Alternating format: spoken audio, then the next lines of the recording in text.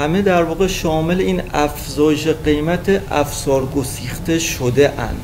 خب من خدمت شما میگم شاید به اصطلاح توی بحث بازار خودرو یک شورای رقابتی باشد، یک توجه ویژه رسانه ها با وجود داره که باعث میشه یه سری تعدیل ها در واقع رو بحث قیمت ها اتفاق بیفته.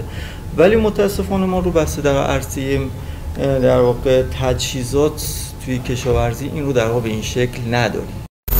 توی در واقع بحث تبصره 18 5000 میلیارد تومان در واقع رو بحث مکانیزاسیون، اون هم تسهیلات در واقع به سراسر کشور اختصاص داده شده که فکر کنم یه چیزی در حد در واقع پارسال 400 میلیارد تومانش مختص در استان خوزستان بود که از این 400 میلیارد تومان هم که می‌خواستن تخصیص بدن نهایتش به 270 تا دونه در واقع پرونده بنا بود اختصاص داده بشه. یعنی در نهایت از باب تسهیلاتی بناست که در واقع 270 تا دونه حالا تجهیزات مکانیزاسیون از باب در واقع حالا وسیله شخم زدن، وسیله حالا برداشت تراکتور یا عرضم به خدمتتون کمباین به این استان اضافه بشد.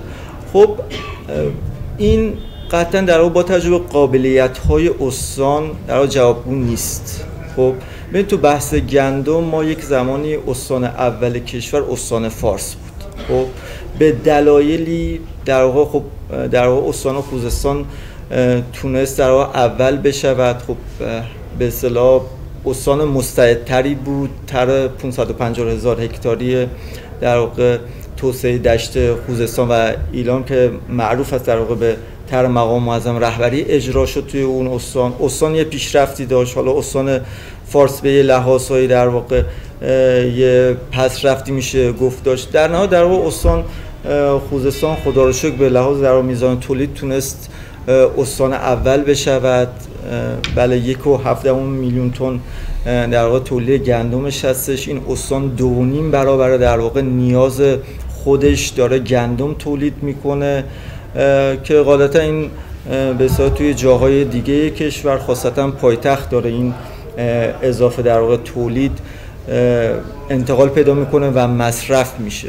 تر 550,000 هکتار تر در واقع بسیار خوبی بود که از سال 75 تا الان ما داریم این رو ادامه میدیم. همین امروز هم 1 میلیارد دلار باز فاینانس در واقع بنا شد که تخصیص داده بشود. انشالله در توجه ویژه تر بشود که این طرح هم اون در واقع با اون دستورالعمل هایی که داره بالاخره اون زهکشی که داره انجام میشه، اون بهبودی که داره صورت میگیره به اون مرحله نهاییش برسه.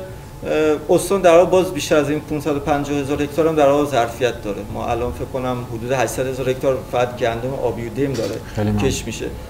توجه ویژه‌تر غالبا خودکفایی کشور رو بهتر. خیلی ممنون، تشکر از شما.